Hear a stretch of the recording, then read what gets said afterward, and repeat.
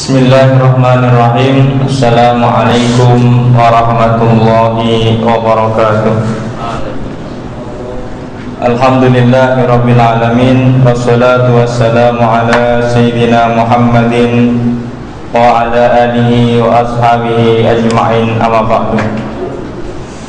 Bapak-bapak, ibu-ibu, para jamaah yang berbahagia, alhamdulillah pada kesempatan kali ini kita diberikan kesempatan untuk melanjutkan kajian kita tentang kitab Aqidatul Awam beserta syarah dan dalil-dalilnya, atau kitab tentang akidah Islam untuk dasar atau untuk orang-orang yang masih awam. Pada kesempatan kali ini kita sampai pada pembahasan tentang Nabi atau Rasul-Rasul yang sudah ditetapkan oleh Allah, yang harus diketahui oleh orang mukallaf. Yang lalu kita sudah bahas 24 nama. Pada kesempatan yang ini kita akan membahas nama Rasulullah Sallallahu Alaihi Wasallam, Nabiuna Muhammad Sallallahu Alaihi Wasallam. Nabi Muhammad, kita tahu bahwa para sejarawan atau para ulama mengakui bahwa sejarah paling lengkap di antara nabi-nabi adalah sejarahnya Nabi Muhammad. Tidak ada sejarah selengkap sejarahnya Nabi Muhammad, karena Nabi Muhammad sebelum kelahirannya pun sudah dikabarkan di dalam kitab-kitab sebelumnya akan lahir seorang nabi dan seterusnya. Kemudian beliau lahir di saat zaman-zaman orang sudah bisa mencatat, sudah bisa menulis bahasa-bahasa. Waktu itu bahasa Arab sedang maju-majunya bahasa, maka beliau hadir tepat di tengah-tengah yang bisa merekam keadaan beliau. Akan tetapi di sisi lain beliau lahir di tengah-tengah masyarakat yang sangat terpuruk akhlaknya, yang sangat terpuruk moralnya. Maka dari situlah kemudian nanti akan ada perubahan-perubahan yang drastis, baik dari segi sosial maupun dari segi-segi yang lain. Di dalam Sirah Nabawiyah, para sejarawan mengatakan bahwa Nabi Muhammad lahir sekitar tanggal 20 April pada tahun 572 Masehi. Kalau tahun secara komarinya adalah tahun gajah. Orang waktu itu mengatakan tahun gajah. Jadi tahun Hijriah itu belum terbentuk. Akan tetapi sudah ada yang namanya perhitungan Qomariyah dan perhitungan Syamsiyah. Jadi kalender yang ada itu pada dasarnya berdasar pada hitungan Qomariyah atau berdasar pada Syamsiyah. Dan kedua-duanya itu berpengaruh penting terhadap ibadah kita. Kalau misalnya kita mau puasa, mungkin yang jadi masalah biasanya hilal karena kalender Qomari.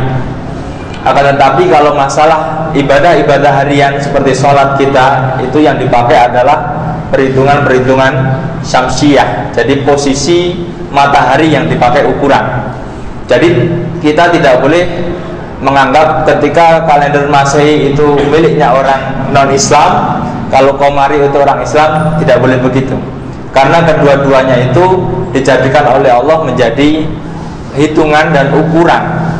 Kalau Syamsi kita pakai untuk ibadah sehari-hari, subuh dengan fajarnya, zuhur dengan posisi di atas, diawali dengan posisi di atas persis, kemudian geser sedikit, asar kemudian 1 kali bayangan, hingga 2 kali bayangan, hingga kemudian terbenamnya matahari dan seterusnya.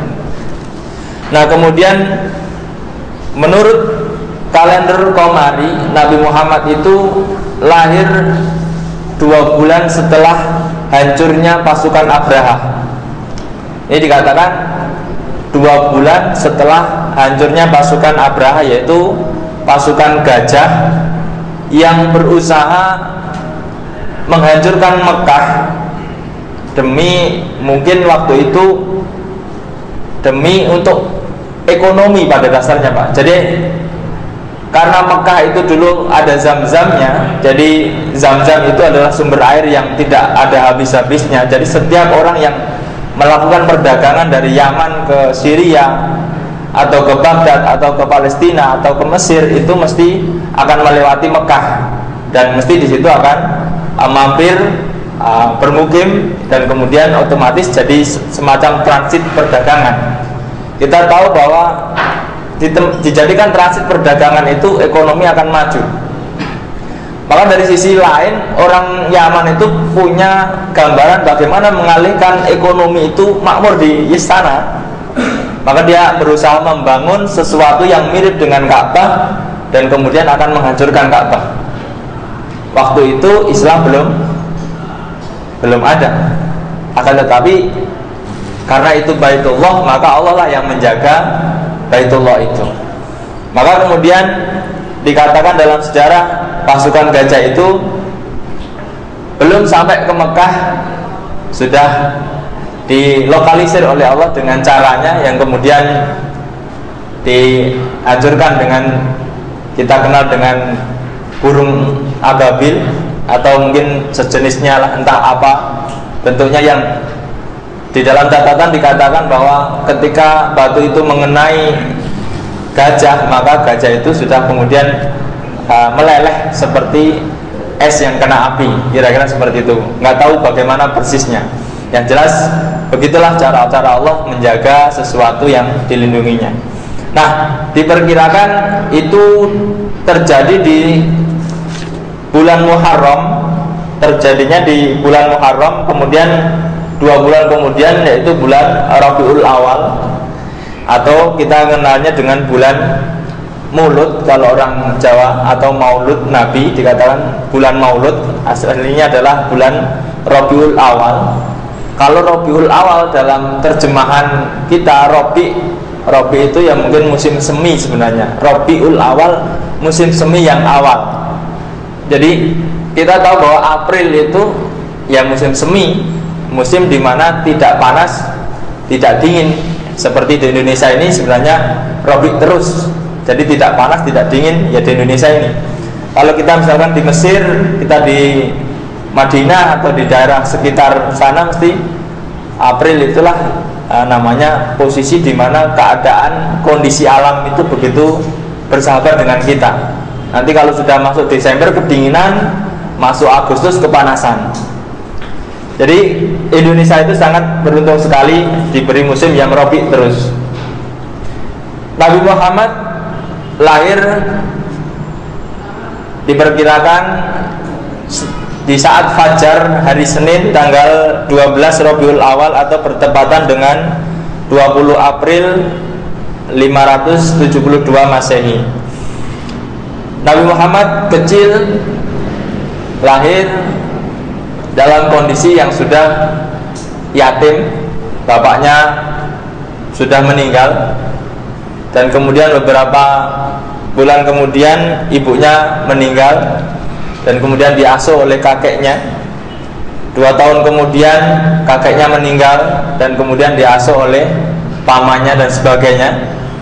Itu sangat-sangat memberi pelajaran yang hebat kepada Nabi Muhammad, karena ketika Nabi Muhammad mungkin ya dalam posisi yang bukan yatim, nanti pendidikannya untuk kepada umatnya mungkin kurang, jadi umatnya nanti mengeluh. Kadang-kadang kalau kita melihat diri kita atau golongan-golongan kita atau masyarakat sekarang ini lebih banyak mengeluhnya dibanding Nabi Muhammad mungkin. Padahal kalau dilihat perjuangannya, dilihat masa kehidupannya, itu Nabi Muhammad jauh lebih sulit dibanding keadaan kita. Nabi Muhammad lahir dalam keadaan yang sempurna. Dikatakan di dalam sejarah adalah lahir dalam keadaan yang mahtunan atau sudah berkhitan. Kemudian dikatakan ibunya itu ketika mengandung Nabi Muhammad dan melahirkan, tidak merasakan keberatan.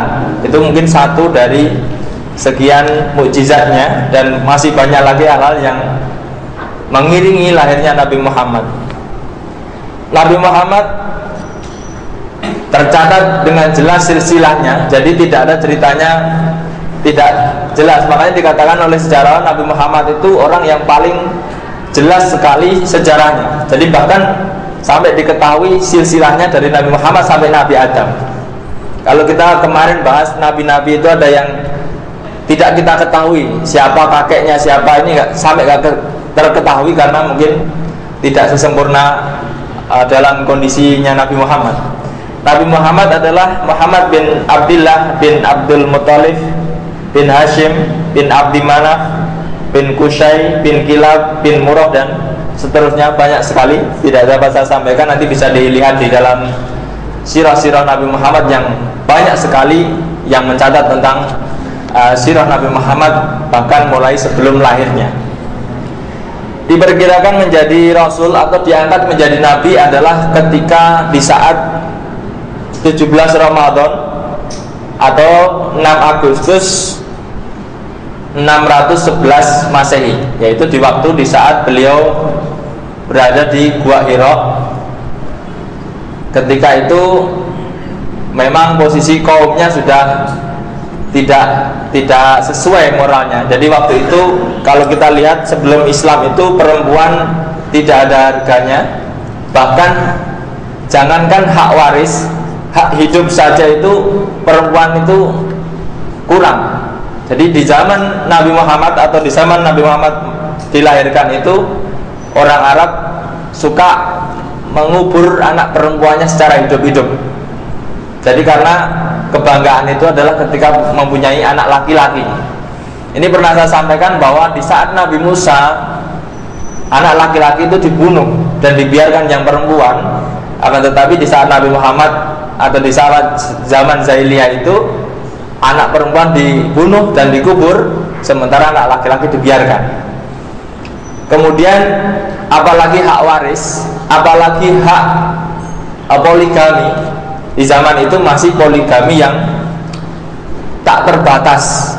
Jadi orang itu bisa menikah sampai 10, 20, bahkan mungkin kalau orang saudagar kaya, tuan tanah, bisa sampai ratusan istrinya. Jadi waktu itu belum normal. Jadi bahkan peraturan-peraturan itu belum ada. Siapa yang dilarang dinikah itu belum ada. Jadi kakak beradik dinikahi satu orang itu zaman itu masih boleh. Mantan istri bapaknya dinikahi anaknya boleh.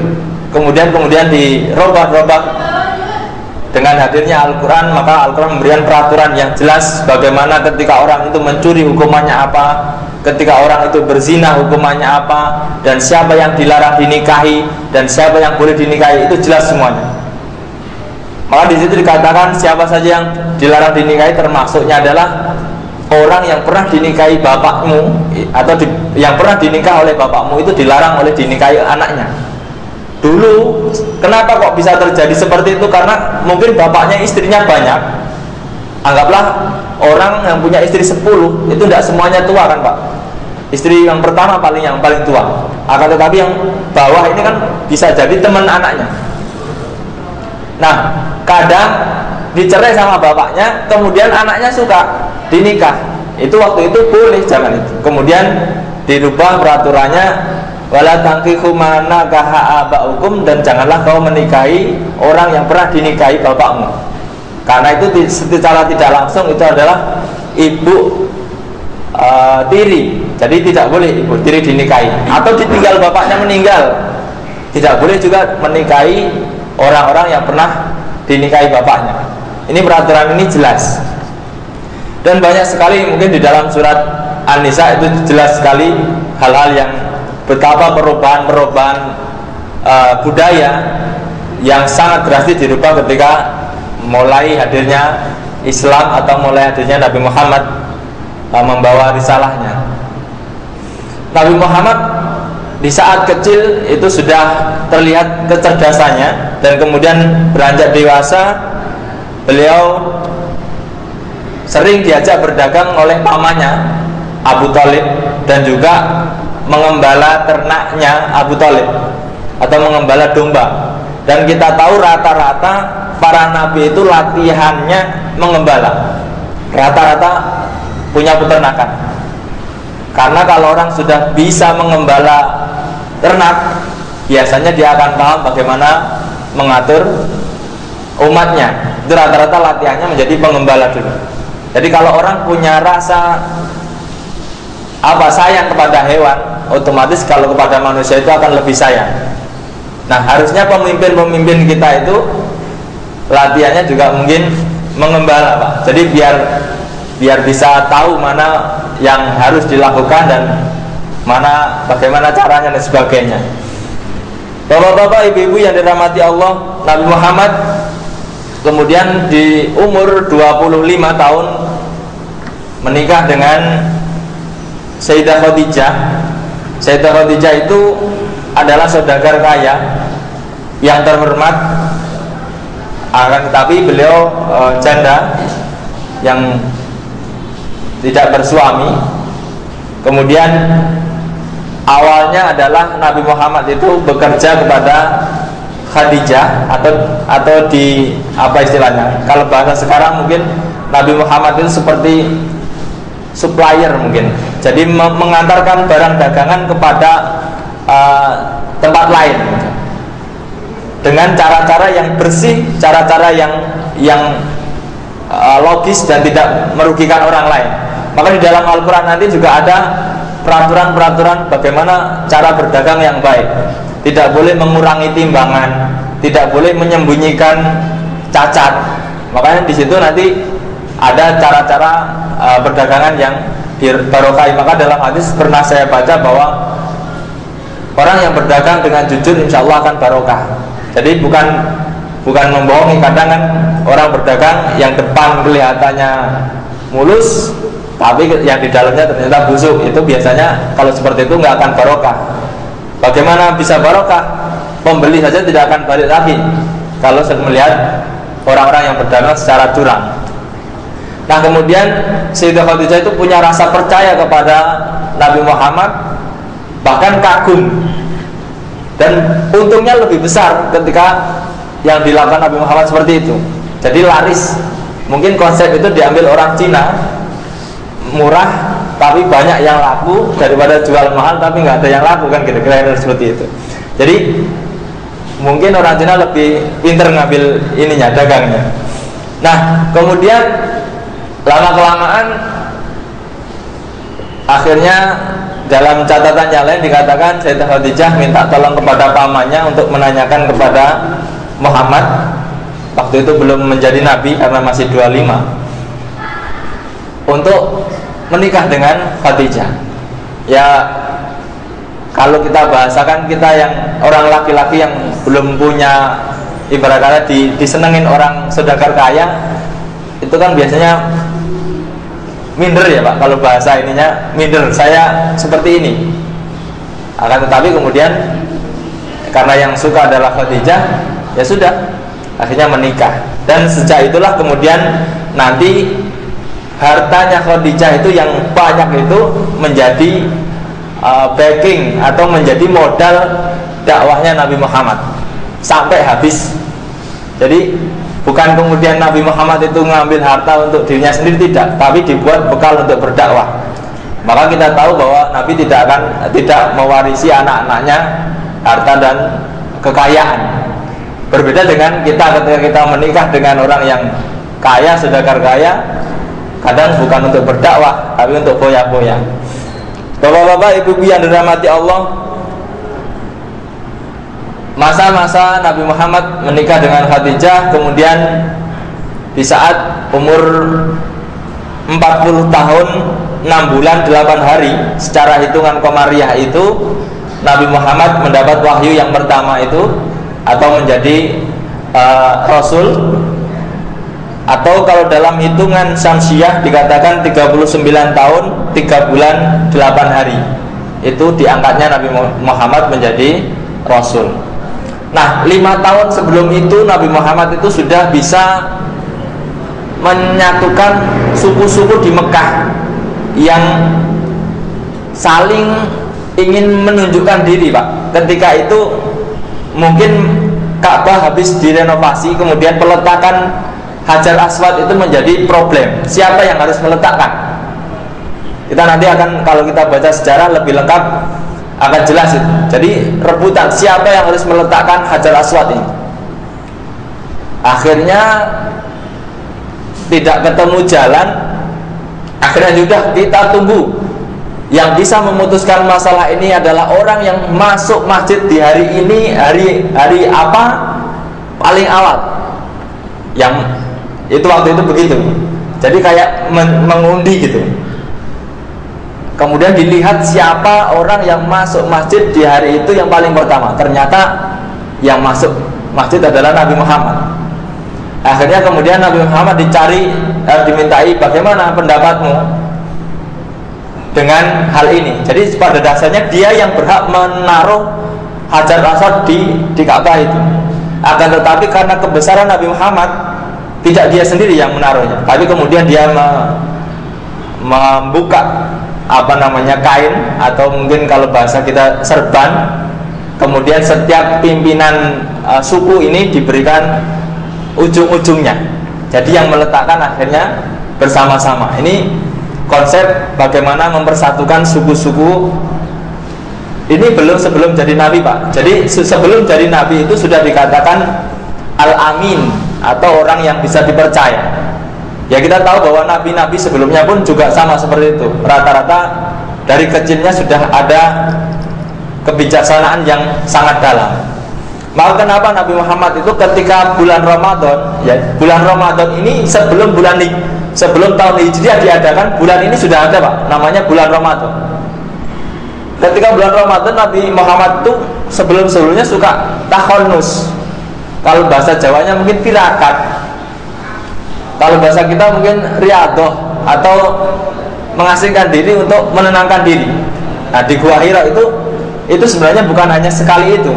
Sebelum-sebelumnya sering dilakukan, melihat kondisi keadaan kaumnya yang kok seperti ini kaum saya. Nah, akhirnya pada saat itulah, pada umur yang ditentukan itulah, kemudian Allah mulai membukakan wahyu kepada Nabi Muhammad. Pun juga Nabi Muhammad diketahui bahwa Nabi Muhammad itu punya sebutan al-ummi, orang yang tidak membaca dan menulis. Orang yang tidak membaca dan menulis. Maka itu kenapa Nabi Muhammad dijadikan orang yang tidak membaca dan menulis, itu sebagai hujah. Soalnya nanti orang-orang yang tidak mengakui Islam itu akan menuduh Nabi itu jiplak dengan kitab-kitab sebelumnya.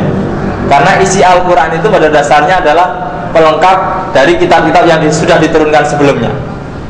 Kalau Nabi bisa membaca, bisa menulis, maka orang-orang yang didakwai itu maka akan susah untuk percaya. Wong jelas-jelas seperti itu aja masih susah. Nah, kemudian diberikan wahyu itu murni benar-benar dari Allah, bukan dari karangan Nabi Muhammad. Maka Quran itu bukanlah karangan Nabi Muhammad, akan tetapi benar-benar wahyu dari Allah yang diberikan kepada Nabi Muhammad. Di dalam surat An-Najm dikatakan wa ma huwa biqauli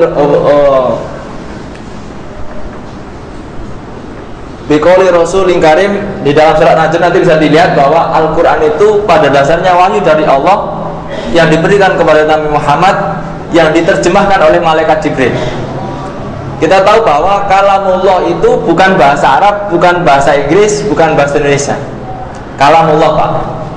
Nah, kalamullah itu bagaimana? Itu lebih luas lagi. Jadi Allah tidak berbahasa Arab, tidak hanya mengetahui bahasa Arab, tapi mengetahui segala bahasa. Jadi kalamullah itu laharfin wala sautin, bukan berupa huruf, bukan berupa suara. Akan tapi itu yang bisa menerjemahkan ya malaikat Jibril. Kalau diberikan kepada Nabi Muhammad, ya tentunya bahasa Arab. Kalau diberikan Nabi Muhammad bahasa Jawa, kacau, Pak. Apalagi diberikan bahasa Inggris, kira-kira ya malah kacau. Nah, nanti di dalam surat An-Najm dijelaskan itu adalah ucapan malaikat Jibril dari kalamullah. Kemudian wahyu itu turun juga berangsur-angsur. Maka nanti di dalam Al-Quran dikatakan inna anzalnahu fi lailatul qadr. Itu bisa jadi Al-Quran itu sebelum diturunkan secara keseluruhan sudah diturunkan posisinya dari Allah kemudian ke yang lebih rendah. Atau kalau kita bahasakan mungkin sebelum instruksi itu diberikan kepada masyarakat itu sudah turun di menterinya lah, kira-kira seperti itu Pak. Jadi turunnya itu kemudian inna anzalnahu fi lailatul qadar. Disebut lailatul qadar itu adalah malam di mana Al-Quran itu diturunkan secara global, tapi belum seluruhnya diberikan kepada Nabi Muhammad. Masih diserahkan kepada Jibril untuk diserahkan kepada Nabi Muhammad. Akan tetapi penyerahan wahyu kepada Nabi Muhammad ini berangsur-angsur. Ada yang menyesuaikan dengan kejadian-kejadian, ada yang tidak. Maka nanti yang menyesuaikan dengan kejadian-kejadian itu pasti ada asbabun nuzul kalau dalam ilmu ulum Qur'annya. Jadi ada sebab-sebab turunnya apa? Ada sebab-sebabnya. Dan kemudian banyak hal nanti dikisahkan bagaimana Allah mendidik Nabi Muhammad selama mulai awal menerima wahyu hingga meninggalnya. Jadi bahkan di awal-awal sudah dikasih tahu, ikuti apa yang akan saya sampaikan, akan tetapi jangan terburu-buru. Ada di dalam Al-Quran itu. Jadi kalau membaca Al-Quran itu nggak boleh terburu-buru. Ikuti pelan, pahami agar cepat hafal. Secara perlahan-lahan, 1-2 dan mungkin alhamdulillahnya di waktu itu orang sudah bisa menulis, berbeda dengan kitab-kitab sebelumnya. Kalau kita tahu kitab Injil misalnya, itu orang mungkin tulisannya itu dibuat setelah Nabi Isa diangkat. Berbeda dengan Al-Quran. Al-Quran itu ditulis saat itu pula. Jadi ketika Nabi mendapat wahyu, menyuruh sahabatnya tulis, maka tulisannya itu kemudian banyak sekali dan kemudian bisa dirapikan di zaman Utsman. Sebenarnya di zaman Abu Bakar itu sudah mulai dirapikan, tetapi saking pencarnya. Jadi kalau kita belajar nanti kita lihat sejarah pengumpulan Al-Quran itu adalah tugas yang sangat berat. Seandainya itu tidak berhasil, mungkin kita itu nggak bisa membaca Quran yang 30 juz itu. Itu sudah dipilih mana yang kuat, mana yang kuat. Jadi sudah penyaringan yang sangat susah. Dan itu didukung oleh hafalan-hafalan yang kuat oleh mereka. Seandainya mereka tidak punya daya ingat yang kuat pun, itu juga berbahaya.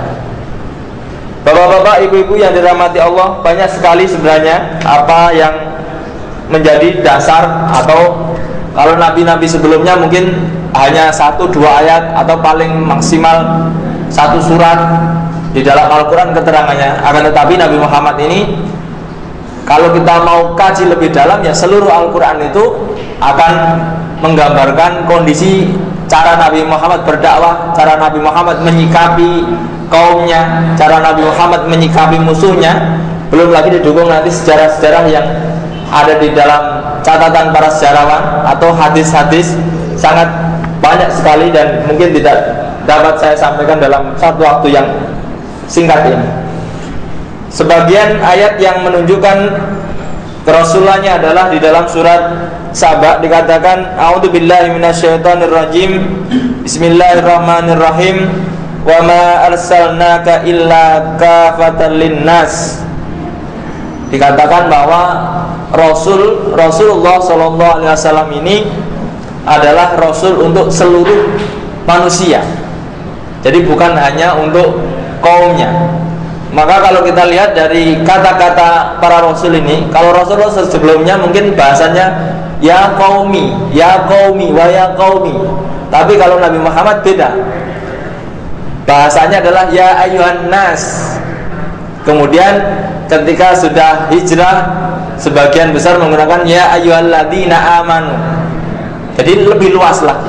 Jadi bukan hanya kaumnya.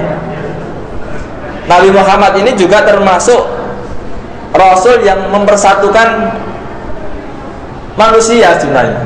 Jadi tidak ada agama kulit putih, agama kulit hitam, tidak ada. Di dalam Islam apapun jenis kulitnya nggak masalah. Sholatnya seluruh dunia sama. Jadi tidak ada bedanya. Makanya Islam itu benar-benar menyatukan umat sebenarnya. Jadi di mana saja kita ketemu orang Islam, kalau kita sholat duhur mesti sama. Berbeda mungkin dengan umat-umat yang lain. Bahkan umat lain itu masuk tempat ibadahnya saudara yang lain udah beda. Kalau kita dimanapun kita ketemu dengan siapa saja yang sholat duhur ya sama. Meskipun toh mungkin ada madhab-madhab yang keliru, yang mungkin menganggap yang lain salah dan sebagainya, itu adalah hal-hal yang kecil saja. Kemudian di dalam ayat lain dikatakan wa ma arsalnaka illa rahmatan lil alamin. Dalam surat Al-Anbiya, bahwa ini lebih lagi rahmatan lil alamin, untuk seluruh alam. Jadi bahkan nanti dikatakan diutus bukan hanya kepada manusia, tapi kepada jin pula. Jadi sebenarnya jin itu ada juga yang harus didakwai dan sebagainya di dalam Al-Quran. Nanti bisa bapak-bapak, ibu-ibu pelajari yang sangat dalam. Kemudian Nabi Muhammad hijrah atau setelah 10 tahun, sekitar 10 atau 11 tahun berdakwah di Mekah, yang awalnya sembunyi-sembunyi kemudian terang-terangan, dan kemudian dimusuhi oleh orang-orang yang mungkin awalnya itu dekat, termasuk paman-pamannya sendiri. Akhirnya kemudian ketika tidak kondusif keadaan berdakwah, maka hijrahlah Nabi Muhammad ke Yasrib. Waktu itu belum ada nama Madinah, masih namanya Yasrib. Dan itu juga menjadi budaya setiap nabi itu mesti hijrah. Rata-rata setiap nabi itu mesti hijrah. Nabi Ibrahim dari Irak hijrah ke Mesir, rata-rata hijrah. Nah, kemudian setelah hijrah, setelah Islam berkembang di Madinah dan kuat, kemudian Rasulullah SAW mengirim pasukan ke Mekah untuk Fathu Makkah, atau dikatakan pembukaan Mekah, atau sekitar tahun 629. Itu kemudian Mekah dikuasai oleh Islam, dan kemudian berhala-berhala di Masjidil Haram, di Ka'bah itu kemudian dibersihkan, dan kemudian tawaf itu disempurnakan. Kalau kita kaji sejarah tawaf itu, tawaf dulu-dulu itu sebelum Islam ada, orang tawaf itu sudah ada, Pak. Tetapi tawafnya kepada berhala-berhala yang ada di sisi-sisi Ka'bah itu, ada berhalanya banyak, dan tawafnya dengan telanjang. Kemudian Islam tidak menghapus budaya-budaya yang baik, akan tetapi mungkin merubah caranya. Kemudian berhala-berhala disingkirkan, dan tawafnya kemudian disyaratkan dengan memakai baju yang tidak berjahit bagi yang laki-laki, akan tetapi bagi yang perempuan tidak masalah. Maka itu kemudian sebenarnya hal-hal yang baik di dalam suatu kaum, asalkan itu tidak melanggar atau tidak syirik kepada Allah, itu tinggal diisi saja dengan konten Islamnya, tanpa harus dibuang dan diganti yang baru.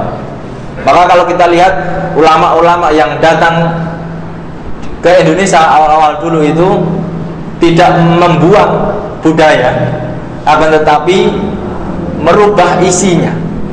Yang asalnya mungkin orang Kendurenan misalnya, yang dulu ditujukan untuk apalah kira-kira, untuk berhala-berhala, kemudian dirubahlah, diisi dengan doa-doa yang baik, atau diisi dengan Quran dan yang baik. Itu adalah salah satu, kalau kita bisa mengkaji, Rasul pun tidak merubah budaya yang baik, akan tetapi mengisi budaya-budaya yang baik. Dan dikatakan di dalam hadis lain bahwa innama bu'istu liutammima makarimal akhlaqi, sesungguhnya aku diutus untuk menyempurnakan akhlak-akhlak yang baik. Jadi Islam itu dibentuk dari zaman Nabi Adam sampai Nabi Muhammad. Jadi kalau kita pelajari Al-Quran itu bukan hanya zaman Nabi Muhammad saja akhlak yang baik itu.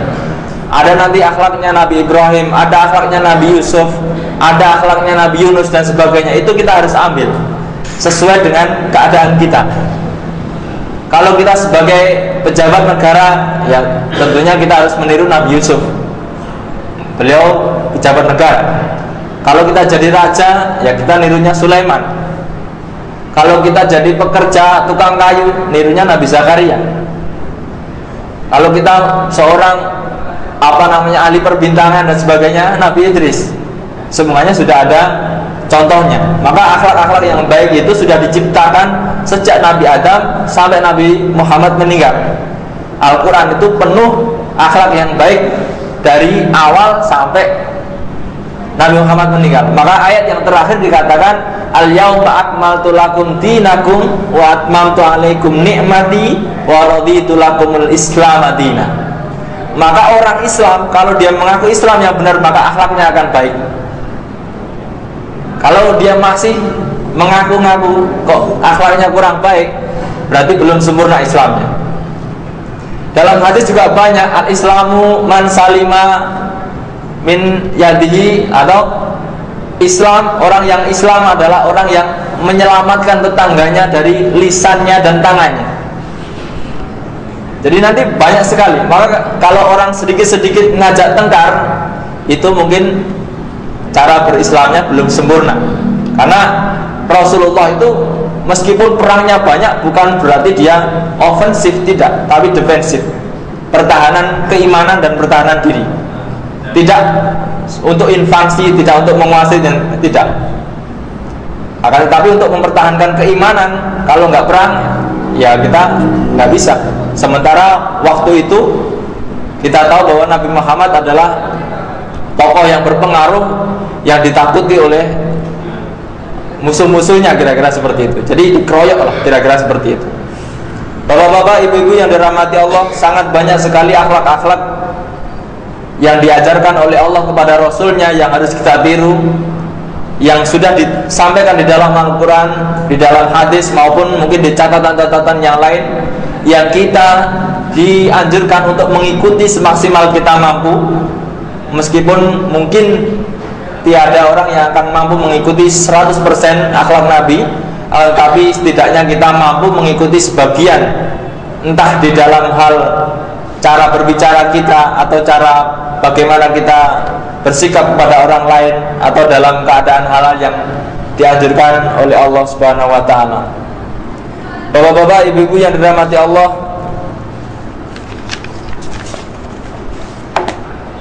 mungkin itu yang dapat saya sampaikan. Kurang lebihnya mohon maaf. Wal minkum billahi taufiq wal hidayah. Wassalamualaikum warahmatullahi wabarakatuh.